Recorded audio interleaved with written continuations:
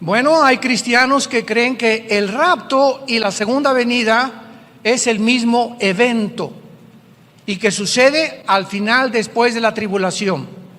Hay otros cristianos que se llaman amilienistas, que creen que el milenio, no, que ya estamos en el milenio y que todas las profecías ya se cumplieron, que la semana 70 de Daniel ya se cumplió, etcétera, etcétera. Hay otros que siguen la línea del post-tribulacionismo, que creen que hasta después del milenio viene Jesucristo, y otros después de la tribulación. La iglesia de Tesalónica se encontraba con esta confusión, y es absolutamente lógico porque ellos no tenían lo que tenemos ahora de información, como lo vamos a ver de una forma detallada.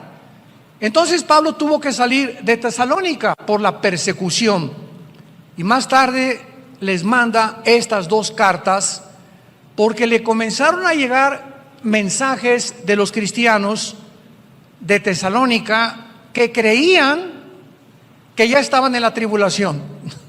Qué tremendo, ¿no? Ya creían los cristianos por la persecución tan recia que había del Imperio Romano contra los cristianos que estaban en la gran tribulación. Entonces Pablo en la primera carta les da a conocer el arrebatamiento de la iglesia en el capítulo 4, versículo 16 al 17.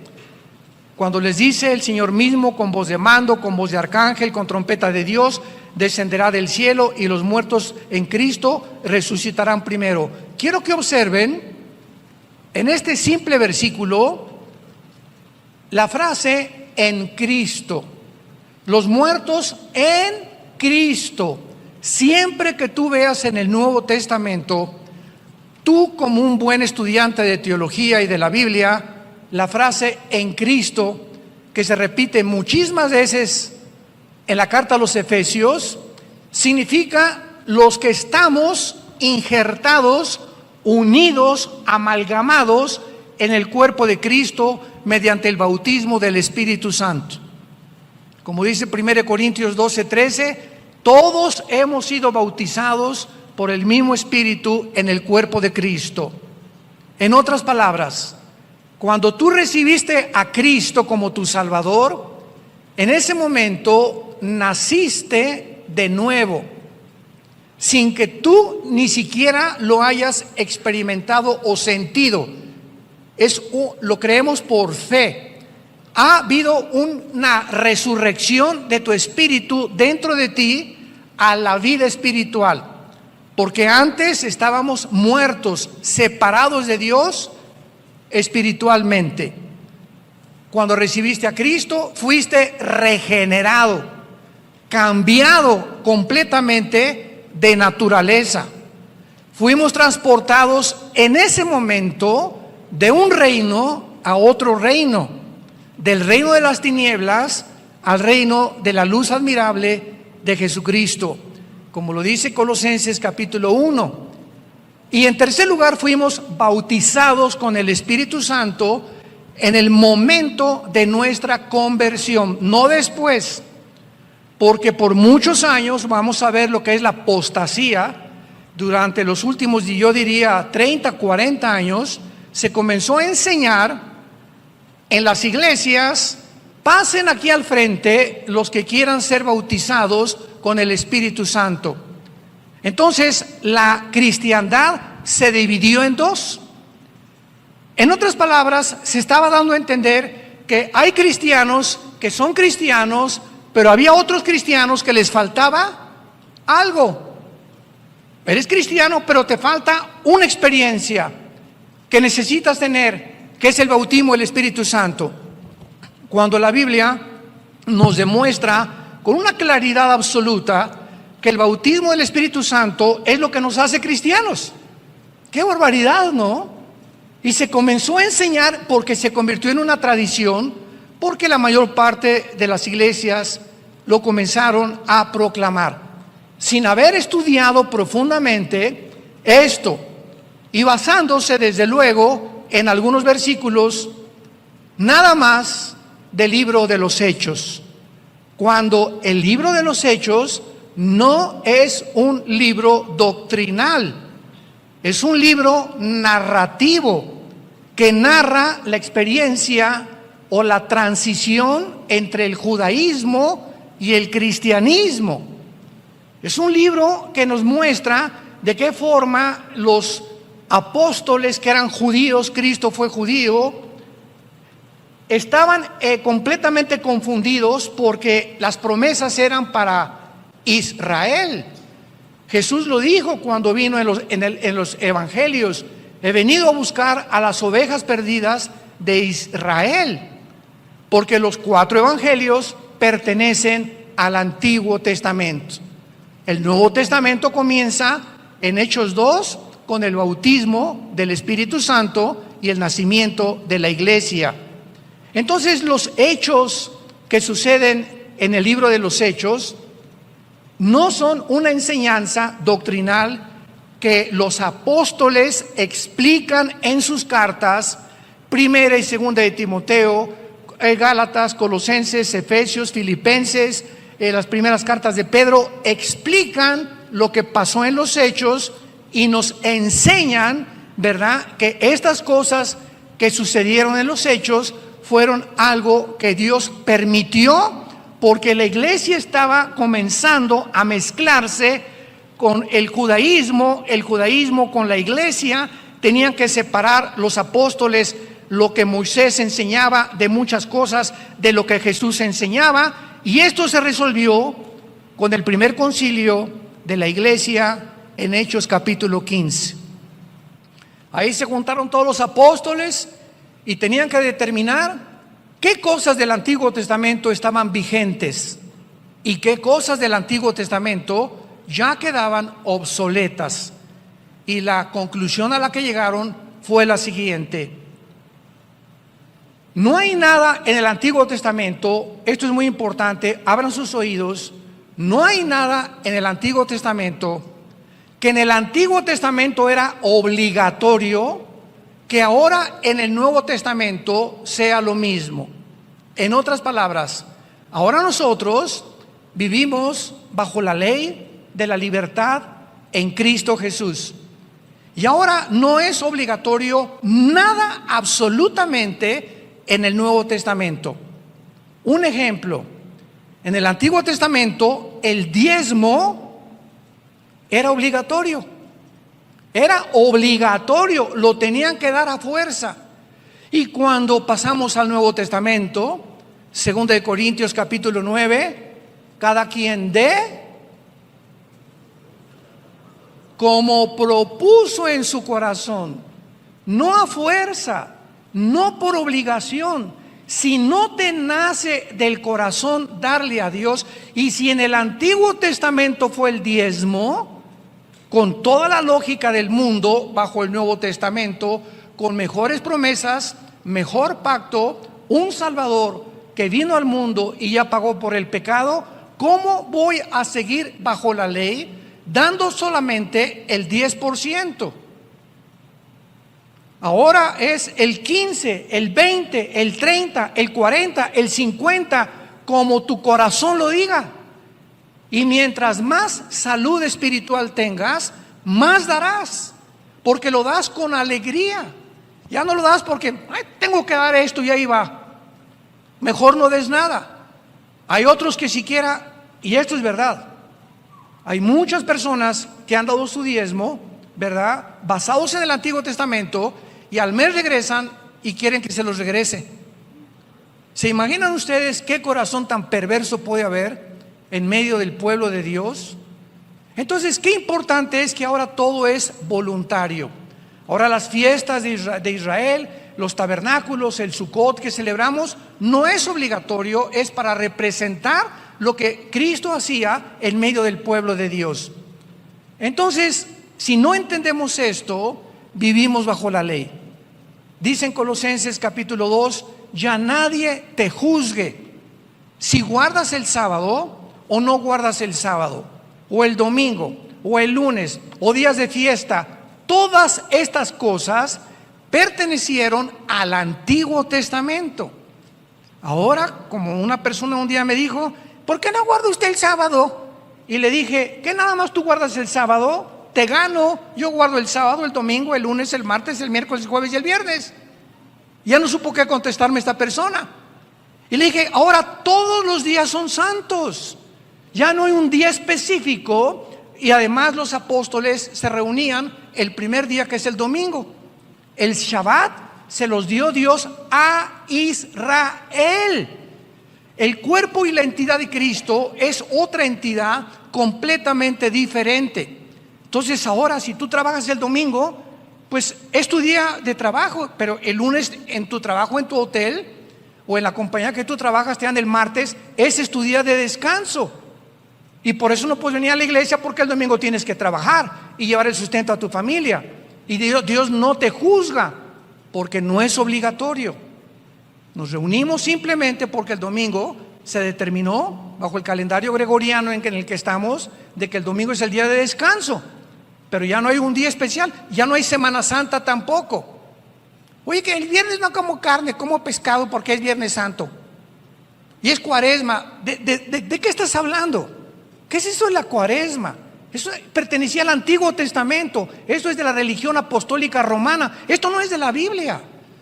El cristiano come carne si quiere todos los días para que te pongas como una vaca si quieres. O pescado de acuerdo a tu salud. Pero ahora todas las semanas son santas, todos los días son santos, todos los años son santos para el cristiano. ¿Me van siguiendo? Tenemos que deshacernos de tantas tradiciones. Pues no celebra la Navidad porque Jesucristo no nació el 24 de diciembre. Y si pones árbol de Navidad, eres un pagano, porque era de los babilonios. Mira, si no quieres poner árbol de Navidad, porque así lo sientes, no lo pongas y sigue con la cara de amargado que tienes. Y si alguien quiere poner árbol de Navidad y cantar jingle bells, noche de paz, no, deja que cante lo que él quiera, y si quiere el corrido del caballo blanco, que lo cante también. Pero lo que Dios ve no es, a ver, háblenle al arcángel Miguel, dice Dios, por favor, chéquenme quiénes pusieron árboles y quiénes no pusieron árboles. Los que no pusieron, pónganles una palomita. Y los que pusieron, una cruz. ¿Ustedes creen que Dios juzga de esa manera? ¿Cuánto legalismo hay en la iglesia? ¿Cuánto legalismo hay en la iglesia? ¿Qué es lo que Dios ve? El corazón. El gozo y la paz que tengas en el Espíritu Santo. El reino de Dios no consiste en comida, en bebida, qué comes, qué bebes. Es el gozo y la paz que tú tengas en tu relación diaria con Jesucristo, lo que Dios ama y lo que Dios busca de nosotros. No si te pones falda o no te pones falda, si tienes un tatuaje o no tienes tatuaje. Como me dijo una vez un señor, ¿verdad? Pues yo no me tatúa. ¿Y la panza que tiene de Santa Claus qué? No, pues miren nomás la hermana en qué fachas vino a la iglesia. Espérame tantito, es una pobre ex prostituta que tiene una semana llegando a la iglesia y todavía no sabe cómo vestirse. No juzgues. ¿Ya viste cómo se pintarrajeó? Parece Cleopatra.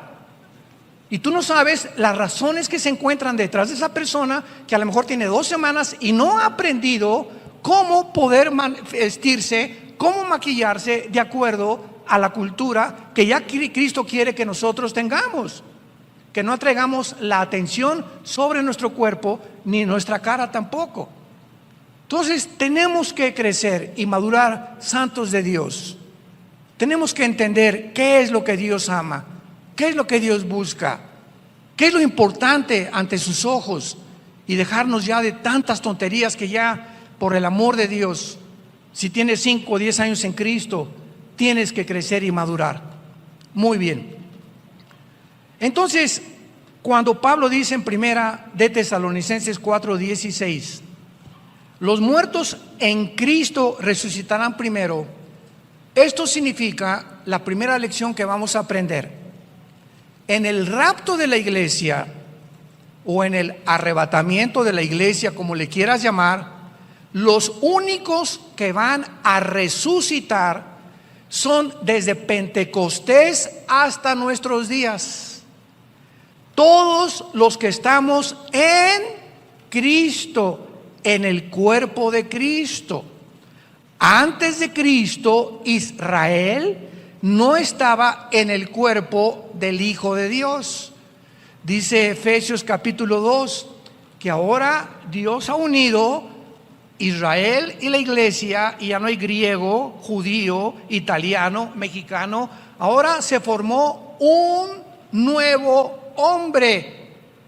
Este nuevo hombre, este nuevo cuerpo no existía antes de la cruz. La iglesia era un misterio que el apóstol Pablo lo explica en Colosenses, en el capítulo 3 del libro de los Efesios, en Romanos capítulo 16, los últimos versículos. La iglesia era un secreto escondido antes de la cruz, que nadie sabía que se iba a formar un cuerpo en la persona del Hijo de Dios. Cristo en el Antiguo Testamento era conocido como el ángel de Jehová, no como un ángel artículo indeterminado, sino como el ángel de Jehová. Entonces la iglesia es la que se va en el rapto.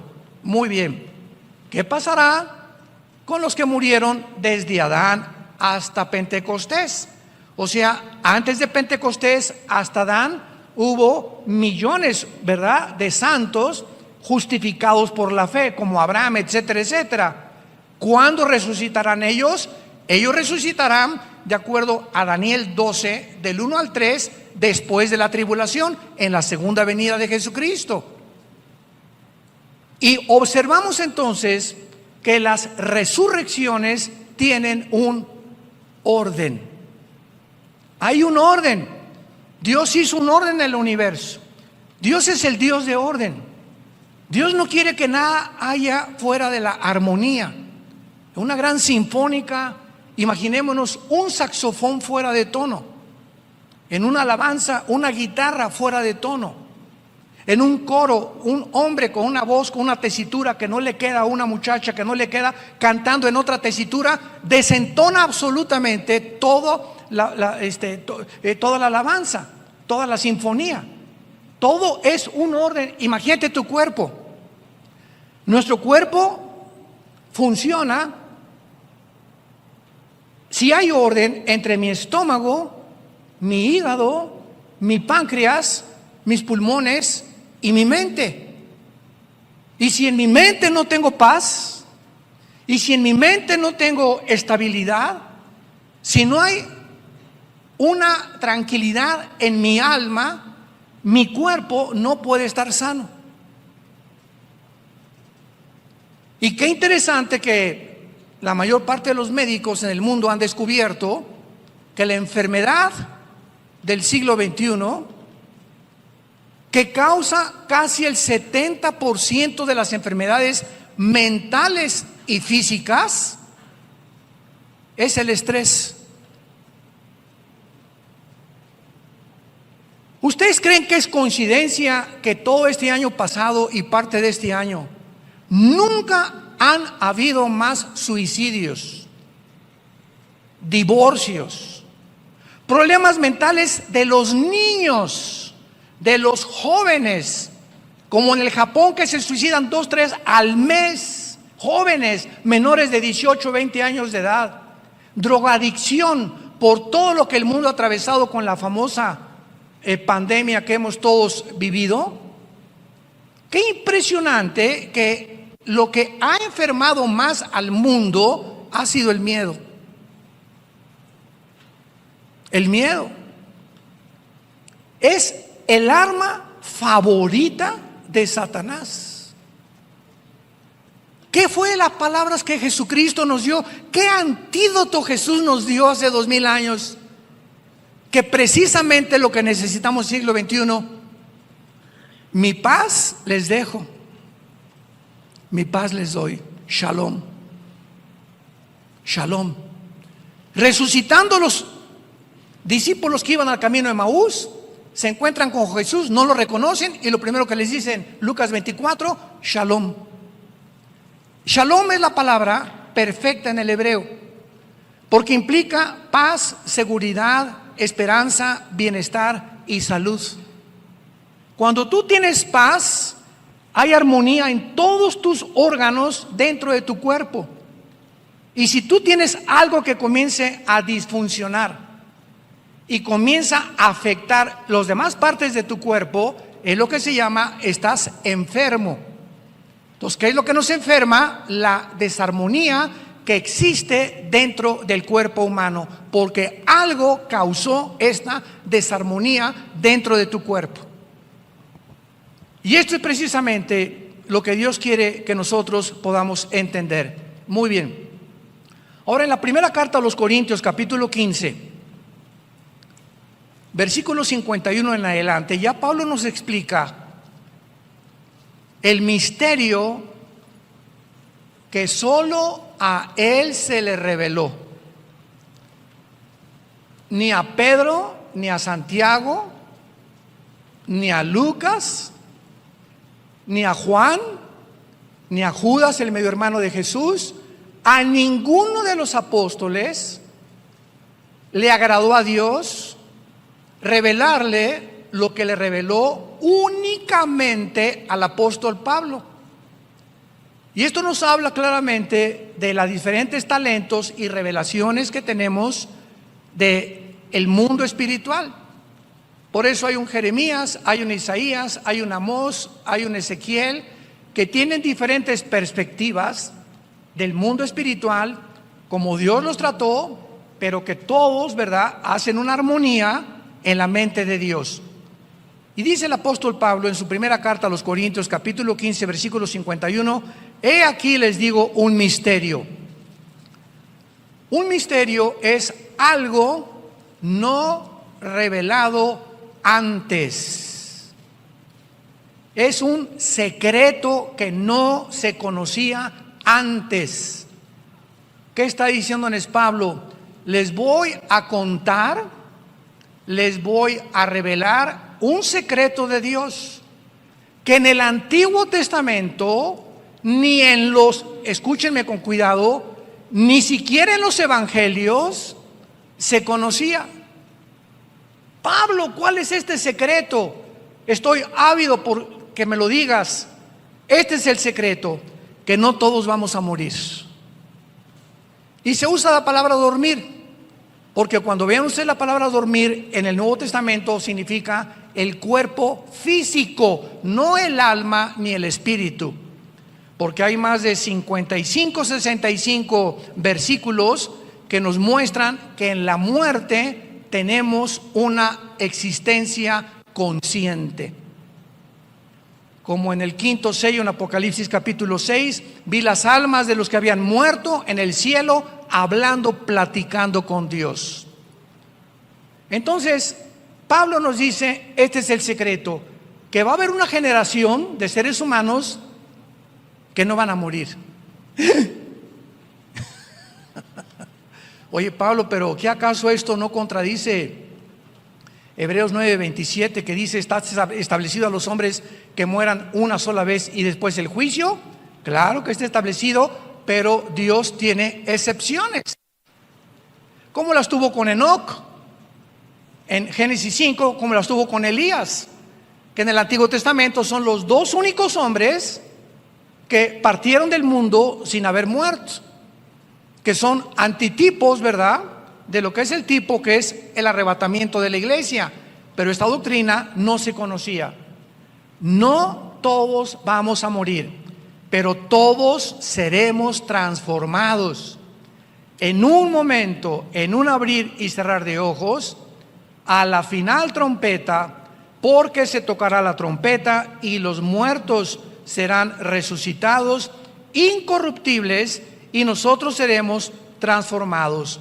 Lo comparamos con Primera de Tesalonicenses capítulo 4, en nuestro capítulo, donde Pablo dice, versículo 17, luego nosotros, después de que resuciten todos los santos desde Pentecostés, luego nosotros, o sea, si ahorita viene el rapto dentro de una hora o mañana, los primeros que van a salir van a ser los que murieron desde Pentecostés a nuestros días. Este es el primero de ellos. Y luego, atrasito de ellos, los que hayamos quedado, o sea, vivos, seremos arrebatados juntamente con ellos en las nubes. En las nubes. Cristo en el rapto no baja al mundo. Cristo en el rapto no baja a juzgar al mundo. Cristo en el rapto no baja a destruir al anticristo. En la segunda venida, Zacarías capítulo 14, en la segunda venida Cristo baja y pone sus pies en el monte de los olivos, donde se va a hacer un valle como una forma de cruz, y viene con nosotros a establecer su reino milenial. En el rapto nos saca del mundo, y en la segunda venida viene con nosotros después de los 7 años de la tribulación. Entonces, si estamos ahorita manejando, comiéndote tu torta entre 2-3 horas, o mañana estás en Chapultepec corriendo, etcétera, etcétera, y viene el rapto, la ropa de todos nosotros se cae en el suelo, con la cosa que traes aquí en la boca. Y vamos a desaparecer millones de personas sin que el mundo tenga una explicación. Pero habrá millones de personas que eran cristianos, entre comillas, profesantes, que van a venir aquí al Salón Le Crillon y no van a encontrar a nadie. O van a encontrar a otros como ellos, que venían y estudiaban y asistían a la iglesia, pero nunca fueron nacidos de nuevo. Nunca tuvieron una relación personal con Jesús. Nunca ganaron a ninguna alma.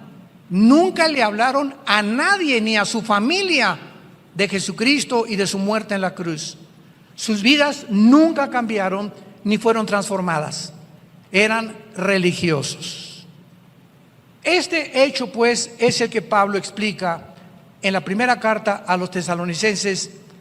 Y nos brincamos al capítulo 5 de la primera carta a los tesalonicenses, y vean ahora cómo el orden de Pablo es lógico y de qué manera tan profunda nos revela el Espíritu Santo los acontecimientos o los eventos de acuerdo al calendario de Dios. Pero acerca de los tiempos y de las ocasiones, no tienen necesidad, hermanos, les está hablando a los cristianos, hermanos, de que yo les escriba. Porque ustedes, ¿quiénes son ustedes? Los cristianos. Ustedes saben perfectamente que el día del Señor vendrá como ladrón en la noche. Pablo introduce una frase que se repite 4 veces en todo el Nuevo Testamento y se llama el día del Señor. El día del Señor, apúntalo, siempre tanto en el Antiguo Testamento como en el Nuevo Testamento se refiere a los 7 años de la tribulación. Veamos rápidamente estas veces que se repite el día del Señor. Por ejemplo, en 2 de Pedro, capítulo 3, versículo 10. Pero el día del Señor vendrá como ladrón en la noche, en el cual los cielos pasarán con gran estruendo, los elementos ardiendo serán deshechos, y la tierra y las obras que en ella hay serán quemadas. ¿De qué está hablando el apóstol Pedro? Del final de la tribulación, cuando todo sea quemado para que podamos entrar a reinar en este mundo. Brincamos a Apocalipsis capítulo 1, versículo 10. Yo estaba en el Espíritu, ¿cuándo? En el día del Señor. Muchos creen que aquí Juan está diciendo, yo estaba el domingo, en el día del Señor. Cuando Juan dice, yo estaba en el Espíritu en el día del Señor, él está diciendo, lo que les voy a revelar ahorita, que es todo el Apocalipsis, me fue dado por el Espíritu Santo, y yo me encontraba en el tiempo de la tribulación, que es lo que habla todo el Apocalipsis.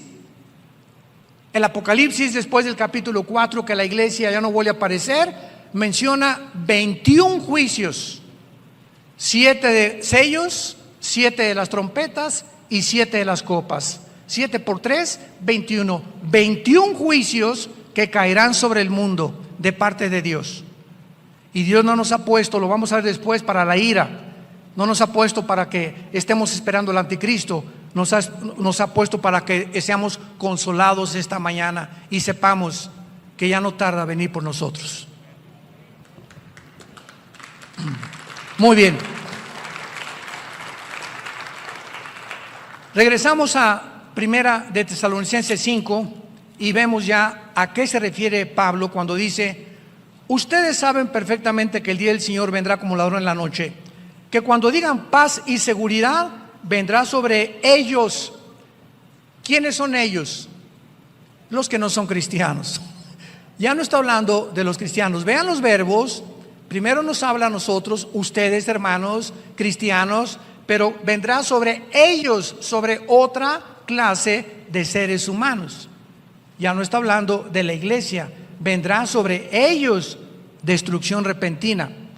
¿Qué significa que cuando digan paz y seguridad? Precisamente la tribulación comienza cuando el anticristo, como lo vamos a ver en la segunda carta, confirme un pacto por 7 años con los judíos.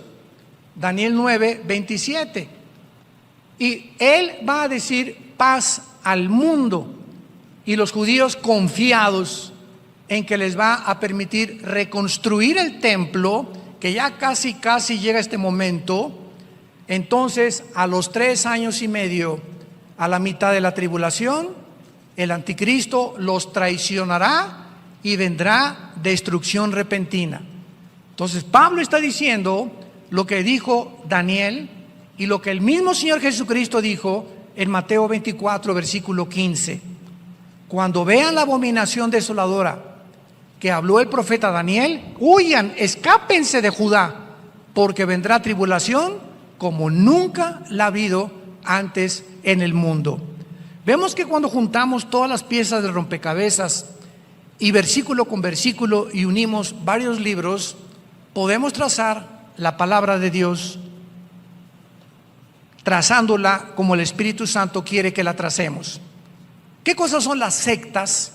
Son grupos que sacan un versículo u otro pasaje sin tomar en consideración las demás partes de la Biblia y forman doctrinas falsas, como la del sábado, ¿verdad? Hay cristianos legalistas sabáticos, como los mormones que te dicen que somos dioses todos y que Cristo no fue Dios, como los testigos de Jehová que no creen en el infierno. Y así cada secta usa un versículo y te lo pone así en la cara, y cuando tú conoces la Biblia les enseñas y les dices lo que le dijo Satanás, lo que le dijo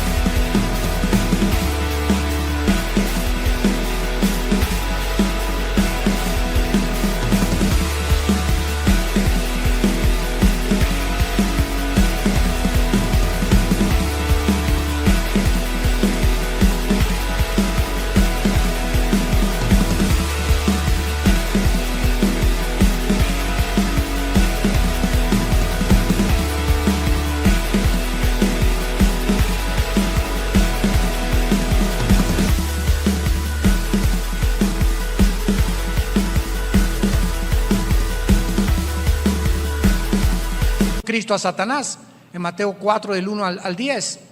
Llega Satanás y le dice: está escrito. Vean ustedes al diablo: oye Jesús, está escrito, aquí están los salmos, que dice en los salmos: a sus ángeles mandará para que cuando te avientes del templo no te vayas a morir, o tu pie no tropiece en piedra. Y Cristo le contesta: pero también está escrito. O sea, no me la cites fuera de contexto, porque fuera del contexto es un pretexto. Entonces, esta es la razón por la cual hay tanta gente que cita versículos de la Biblia, pero fuera del contexto. Y es cuando se hacen herejías. Por eso se nos manda a ser diligentes, apasionados por la verdad. para que tracemos bien la palabra de verdad que es la palabra de Dios. Y dice Pablo entonces, cuando digan paz y seguridad, vendrá destrucción. Versículo 24, mas vosotros, hermanos.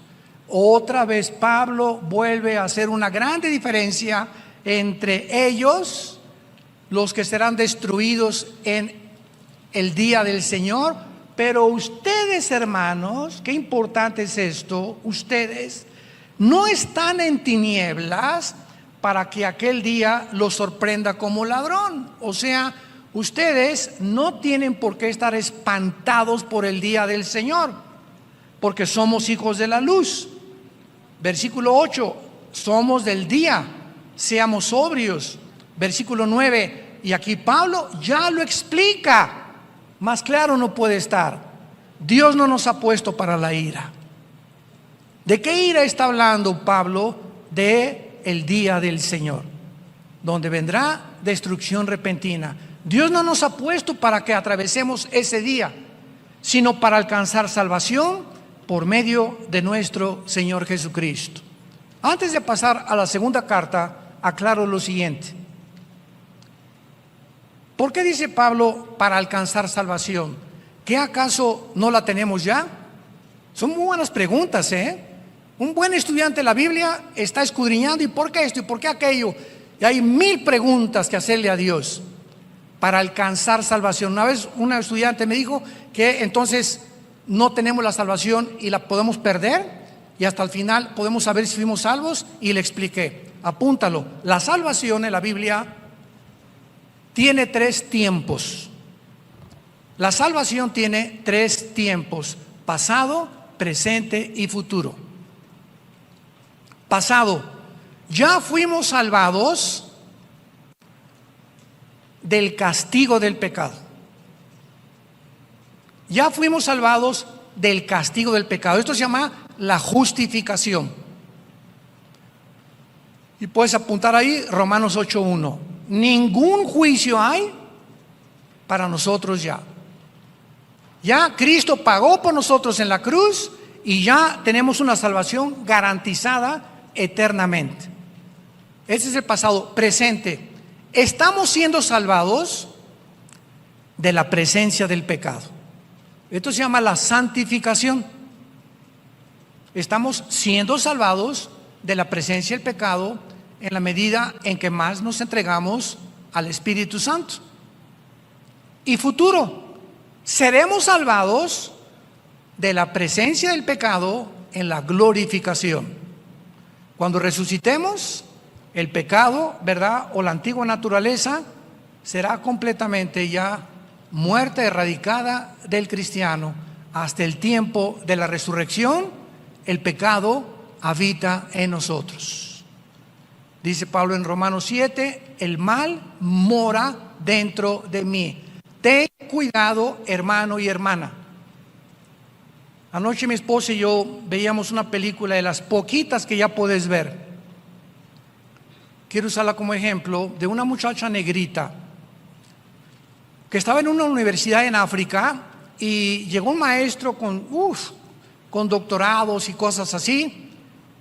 Y era como 25 años más grande que ella. Esta tenía 20 y él tenía como 55 años de edad. Y la comienza a enamorar. Total que la comienza a enamorar y un día la quiere violar. Entonces, para hacerlo corto la historia, la muchacha morenita o negrita va con los decanos de la universidad, con los principales, y lo delata y no le creen. No, como un maestro con tanta reputación y con tantos diplomas, esto no lo podemos creer. Total que ella contrata un abogado, una abogada negrita también, y exige la abogada que le hagan un juicio a este maestro. Entonces, claro que él se defiende, y resulta en el juicio que tenía 10 años en las otras universidades que él había enseñado una historia de violaciones a muchachas menores de 20 años, que les ofrecía el sexo con tal de pasarlas de año. Y nadie lo había delatado por miedo, las mujeres por miedo de que no la pasaran, cómo le iban a creer, sin testigos. Finalmente cayó el hacha del juicio sobre la vida de este hombre, porque esta película es de la vida real.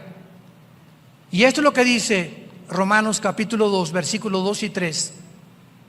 ¿Qué no sabéis que la paciencia de Dios y la benignidad de Dios te guía al arrepentimiento?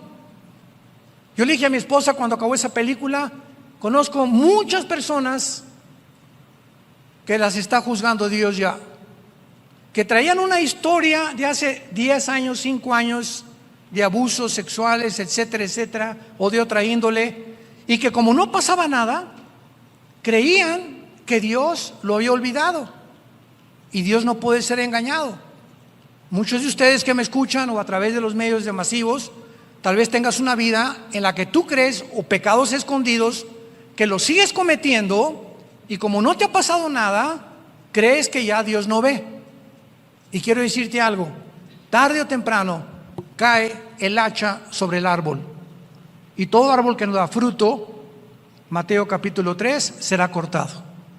Y Dios está usando esta época que estamos viviendo para meter el hacha y cortar vidas de organizaciones y de personas que Dios les había hablado anteriormente y que se burlaron de Él. Finalmente, tus pecados te alcanzarán, dice la Biblia. Tus pecados te alcanzarán tarde o temprano. Tú puedes ir caminando en la vida, ya tienes tus pecados, robaste, violaste o lo que hiciste, no pasa nada. 1 año, 2 años, 3 años, 4 años, acuérdate, te van a alcanzar tal vez al 4.º año o al 15 años. Y cuando te alcancen, tal vez te alcanzaron cuando tenías la más grande oportunidad de formar una familia o de triunfar en los negocios, o que se haga un escándalo en tu vida, o perder tu familia y tus hijos o tu testimonio, porque no quisiste encontrar el perdón en la cruz. El que esconde sus pecados no prosperará. No le puede ir bien a nadie. Palabra de Dios. Que esconda su vida debajo de un closet o debajo de un colchón, no te puede ir bien. Tarde o temprano Dios tratará con tu vida. Mas el que los confiesa y se aparta, alcanzará misericordia. Dios es grande y misericordia y te quiere perdonar. Esta mañana quiere llamarte y decirte te amo. En esa cruz pagué por todo lo que tú habías hecho y por lo que crees que tienes escondido. A mí no me engaña. Dios conoce las intenciones de nuestro corazón. ¿Por qué no aprovechas esta mañana para venir a la cruz, reconciliarte con Él, hacer la paz con Él y no salir por esa puerta ya creyendo que te va a seguir yendo bien en la vida, cuando en tu vida hay pecados que no has confesado delante de su trono? Te damos gracias, Padre, por tu palabra en esta mañana. Gracias, Señor, porque tu palabra es verdad. No hay nada torcido ni perverso en ella. Todas ellas son rectas al que entiende y razonables a los que han alcanzado la sabiduría. Bendito seas, oh Dios, creador de los cielos y el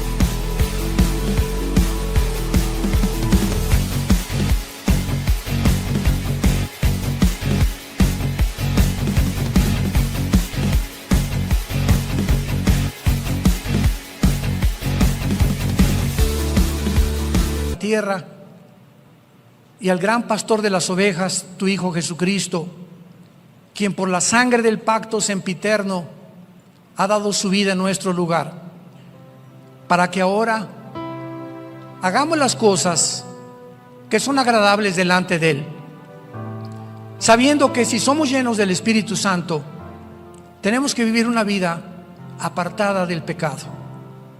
No engañarnos ni creer que somos nosotros los que al pecado le llamamos pecado. No. El pecado engaña. El pecado te hace creer que lo que haces está bien, que no es malo porque haces otras cosas buenas. No te engañes. Y después de que te engaña el pecado, endurece. Te endurece el corazón. Y llega el momento en que ya Dios no puede tratar con tu vida. Dios tendrá que disciplinarte, porque al que ama a Dios disciplina y azota al que recibe por hijo. En esta mañana, dile: Padre Santo que estás en el cielo, quiero vivir una vida abierta y transparente delante de ti y llamarle pecado a lo que tú llamas pecado. Lávame con tu sangre preciosa, porque es tu vida en tu sangre la que me puede dar esta limpieza en este momento que mi alma necesita, para que haya armonía en mi alma y en mi vida espiritual. Gracias por la cruz, y porque en esa cruz pagaste por todo lo que yo había hecho y lo que en este momento te estoy confesando. En el nombre de Jesús. Amén. Gracias a Dios por esta palabra, ¿verdad? Gracias a Dios.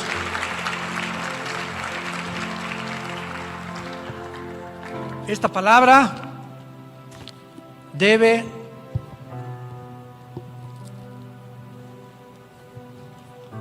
estar dentro de tu corazón. Día y noche, día y noche, día y noche meditarás en este libro de la ley. Cuando tú hagas eso, Josué, entonces todo lo que haces va a prosperar. Porque si tú vives en mi libro y lo consultas y te hincas y oras y me pides que te hable, te voy a hablar. Y te voy a evitar problemas que pudiste haber evitado en tu vida si me hubieras consultado. Vas a evitar cosas que ahora te tienes que arrepentir, porque me hiciste a un lado, me desechaste de tu vida. Pero el diablo, esto es lo que él quiere. Cuando el diablo haga esto en tu vida y saque de ti la palabra de Dios, y en lugar de la Biblia oigas a tu amigo, a tu amiga, a tu comadre, al brujo, a los astrólogos, a las opiniones del mundo, es cuando te sales y cuando te das cuenta. Si eres cristiano, viene el hacha del juicio a tu vida, tarde o temprano, porque Dios al que ama disciplina. Y finalmente, si eres cristiano y no te arrepientes, porque los hay, pero tienes la salvación, ¿qué pasa? Dios te lleva a casa antes de tiempo. Se llama el pecado de muerte en 1 Juan 5, Santiago capítulo 5. El pecado de muerte es el pecado que un cristiano, siendo salvo, no se ha arrepentido, ni se quiere arrepentir, y solo Dios sabe que ya no te vas a arrepentir. Está tan duro tu corazón, y antes de que por tu vida el evangelio sea blasfemado, Dios te lleva a casa antes de tiempo. Tenemos la oportunidad de vivir una vida en abundancia, una vida de santidad, una vida de testimonio, y más en los días en los que los caballos del Apocalipsis ya se escuchan en el cielo y el novio ya está en la puerta tocándonos. Vengo por ti. Prepárense, preparémonos para encontrarnos con el Señor. Que tengan mucha paz.